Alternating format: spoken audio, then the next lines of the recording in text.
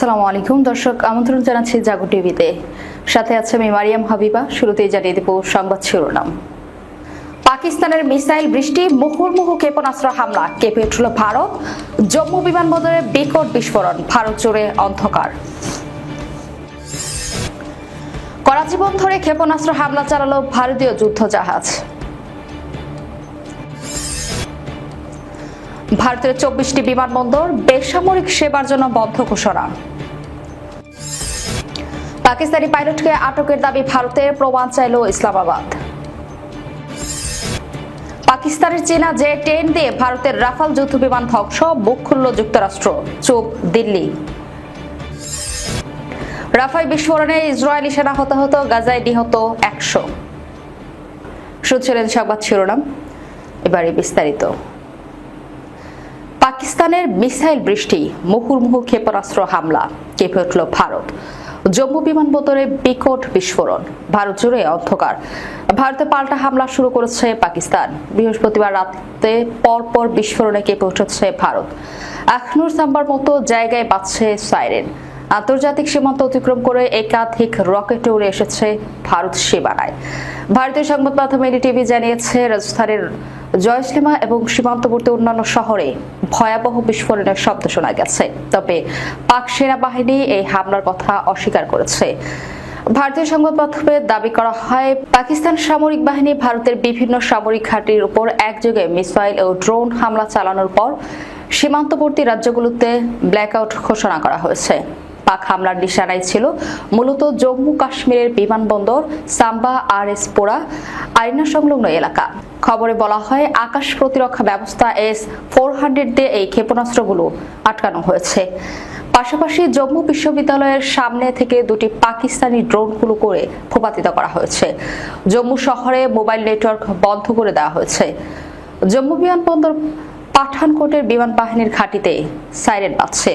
সাইরেনের শব্দ শোনা গেছে বারামুলা, কুপওয়ারার মতো এলাকাতেও। এছাড়া শহরের ডানা প্রান্ত থেকে বিস্ফোরণের শব্দ শোনা গেছে। শুধু জম্মু নয়, সীমান্ত লগ্ন পাঞ্জাবের বিভিন্ন অংশ ব্ল্যাকআউট অর্থাৎ আলো নিভিয়ে রেখেছে ভারত। পাঞ্জাবের হোশিয়ারপুরের ডেপুটি কমিশনার আশিকা জৈন জানিয়েছেন, ভারতীয় বিমান বাহিনীর নির্দেশে শহরে ব্ল্যাকআউট করা হয়েছে। স্থানীয় কর্মকর্তারা সংবাদ সংস্থা পিটিআইকে জানিয়েছেন, কাশ্মীর বিমানবন্দরে একটি বিশাল বিস্ফোরণের শব্দ শোনা গেছে। এরপরে একটি সংক্ষিপ্ত নীরবতা। এরপর প্রায় 1 ঘন্টা ধরে বিস্ফোরণ চলতে থাকে। এনডিটিভি জানিয়েছে, বৃহস্পতিবার সন্ধ্যার দিকে আন্তর্জাতিক সীমান্ত অতিক্রম করে ঝাঁকে ঝাঁকে রকেট উড়ে এসেছে ভারত সীমানায়। এ সময় পাঞ্জাব, রাজস্থান এবং জম্মু ও কাশ্মীরের শহরগুলিতে বিমান হামলার সাইরেন বেজে ওঠে এবং বেসামরিক ও সামরিক অবকাঠামো রক্ষার জন্য সম্পূর্ণ ব্ল্যাকআউটের নির্দেশ দেওয়া হয়। খবরে বলা হয়, পাক সীমান্ত থেকে মাত্র 30 কিলোমিটার দূরে এবং কেন্দ্রশাসিত অঞ্চলে প্রবেশের পথ হিসেবে কাজ করে এমন শহর পাঞ্জাবের পাঠানকোট ব্ল্যাকআউটের আওতায় রয়েছে। এছাড়া দিল্লি থেকে 250 কিলোমিটার কম দূরের চণ্ডীগড়ও অন্ধকার রয়েছে। এই অঞ্চলের বাসিন্দাদের অনলাইনে শেয়ার করা দৃশ্যে ভয়াবহ দৃশ্য দেখা যাচ্ছে। রাতের আকাশে পাকিস্তানি ক্ষেপণাস্ত্র ছড়িয়ে পড়েছে এবং ভারতীয় পাল্টা ব্যবস্থার আঘাতে বিস্ফোরিত হচ্ছে। পাকিস্তানের সঙ্গে উত্তেজনা বৃদ্ধির মধ্যে ভারত এবার পাকিস্তানের গুরুত্বপূর্ণ করাচি বন্দরে বড় ধরনের ক্ষেপণাস্ত্র হামলা চালিয়েছে। ভারতীয় সংবাদ মাধ্যম বিজনেস টুডে এই তথ্য জানিয়েছে। সংবাদ মাধ্যমটির প্রতিবেদন অনুসারে, বন্দরের কাছে দক্ষিণ পাকিস্তানের করাচি শহরে বিস্ফোরণের শব্দ শোনা গেছে। এর আগে 1971 সালের ডিসেম্বরে ভারত পাকিস্তান যুদ্ধের ভারতীয় সেনাবাহিনী পাকিস্তানের সবচেয়ে গুরুত্বপূর্ণ বন্দর শহর এবং নৌসদর দপ্তর করাচিতে দুটি হামলা চালিয়ে ব্যাপক ধ্বংসযজ্ঞ করেছিল। ফের আবার করাচিতে একইভাবে আঘাত হানল ভারত। বৃহস্পতিবার রাতে ভারতীয় নৌবাহিনী করাচি নৌঘাঁটিতে ক্ষেপণাস্ত্র হামলা চালিয়েছে বলে জানা গেছে, যার ফলে পাকিস্তানের উপকূল রেখায় ব্যাপক ধ্বংসযজ্ঞ ও আতঙ্ক ছড়িয়ে পড়েছে। প্রতিরক্ষা সূত্রের বরাত দিয়ে ভারতীয় সংবাদ মাধ্যমগুলোতে বলেছে, আরব সাগরে থাকা ভারতীয় যুদ্ধজাহাজ INS বিক্রান্ত থেকে পাকিস্তানের করাচি এবং ওয়ারমার বন্দরে বেশ কয়েকটি ক্ষেপণাস্ত্র ছোড়া হয়েছে। ফলে এই দুটি জায়গাতে আগুন ধরে গেছে। ঘন ধোঁয়াশায় ঠেকে গিয়েছে বন্দর শহরগুলো। আতঙ্কিত বাসিন্দারা উপকূলীয় অঞ্চলে ছেড়ে অন্যত্র চলে যেতে শুরু করেছে। বৃহস্পতিবার সন্ধ্যায় পাকিস্তান বেসামরিক ও সামরিক এলাকা লক্ষ্য করে ড্রোন, ক্ষেপণাস্ত্র এবং কামানের তীব্র গোলাবর্ষণ করে উত্তেজনাপূর্ণ পরিস্থিতি আরও বাড়িয়ে তুলেছে বলে অভিযোগ করে দিল্লি। তবে ভারতে হামলা চালানোর তথ্য নাকচ করে দিয়েছে পাকিস্তানের প্রতিরক্ষা মন্ত্রী খাজা আসিফ। ব্রিটিশ সংবাদ মাধ্যম বিবিসিকে তিনি বলেছেন, পাকিস্তান যখন হামলা চালানোর সিদ্ধান্ত নেবে তখন সারা বিশ্ব জানতে পারবে।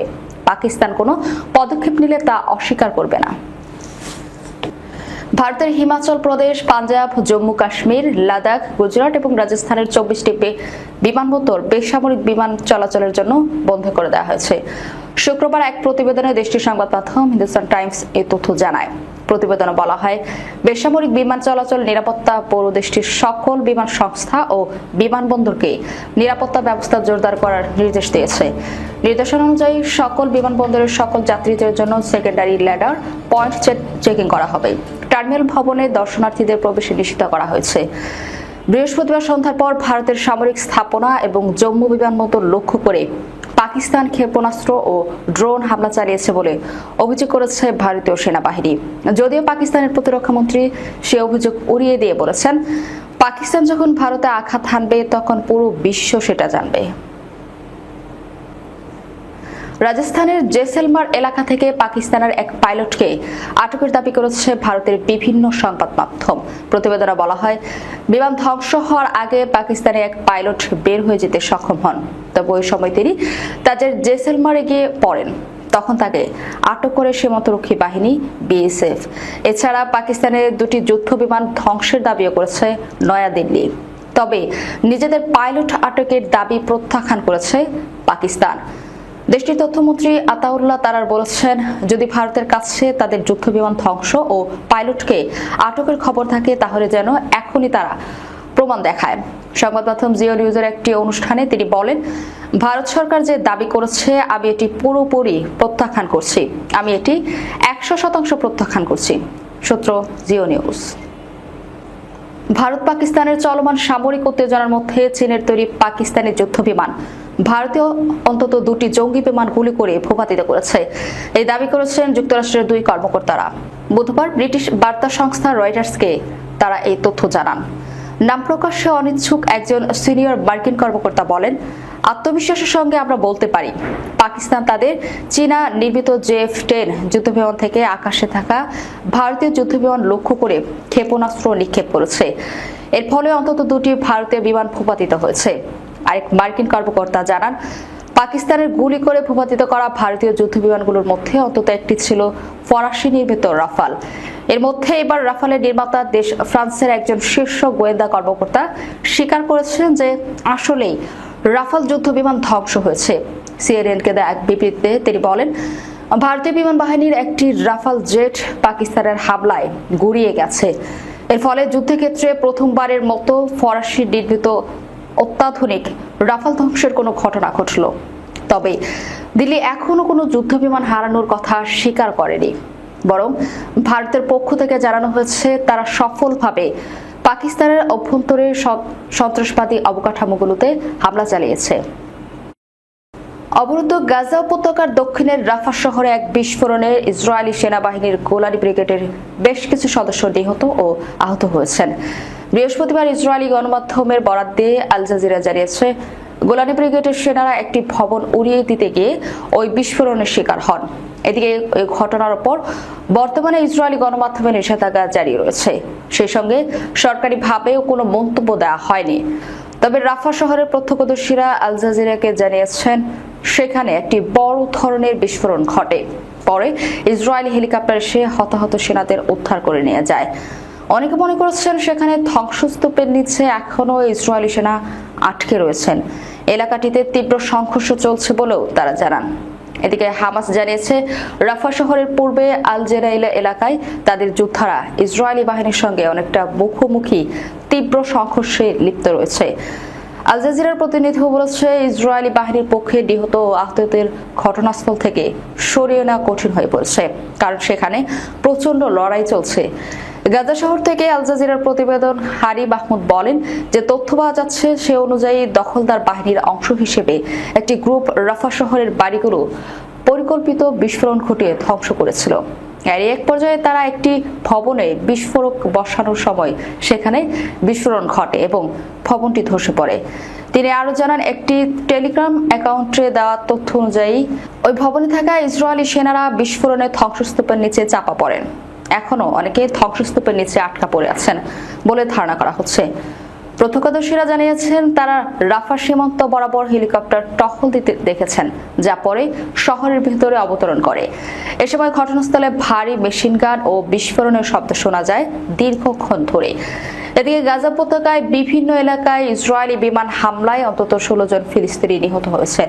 এ নিয়ে গত 24 ঘন্টায় 100 জনেরও বেশি ফিলিস্তিনি প্রাণ হারিয়েছেন বলে গাজার চিকিৎসা সূত্র জানিয়েছে। দর্শক, যাওয়ার আগে শিরোনামগুলো জানিয়ে দেব আরো একবার। পাকিস্তানের মিসাইল বৃষ্টি, মুহুর্মুহু ক্ষেপণাস্ত্র হামলা, কেঁপে উঠল ভারত। জম্মু বিমানবন্দরে বিকট বিস্ফোরণ, ভারত জুড়ে অন্ধকার। করাচি বন্দরে ক্ষেপণাস্ত্র হামলা চালালো ভারতীয় যুদ্ধ জাহাজ। ভারতের 24টি বিমানবন্দর বেসামরিক সেবার জন্য বন্ধ ঘোষণা। পাকিস্তানি পাইলটকে আটকের দাবি ভারতের, প্রমাণ চাইল ইসলামাবাদ। পাকিস্তানের চীনা জে-10 দিয়ে ভারতের রাফাল যুদ্ধ বিমান ধ্বংস, বুক খুলল যুক্তরাষ্ট্র, চুপ দিল্লি। রাফাল বিস্ফোরণে ইসরায়েলি সেনা হতাহত, গাজায় নিহত 100। এই ছিল এখনকার মতো। পরবর্তী সংবাদ দেখার আমন্ত্রণ রইল। ধন্যবাদ সবাইকে। আল্লাহ হাফেজ।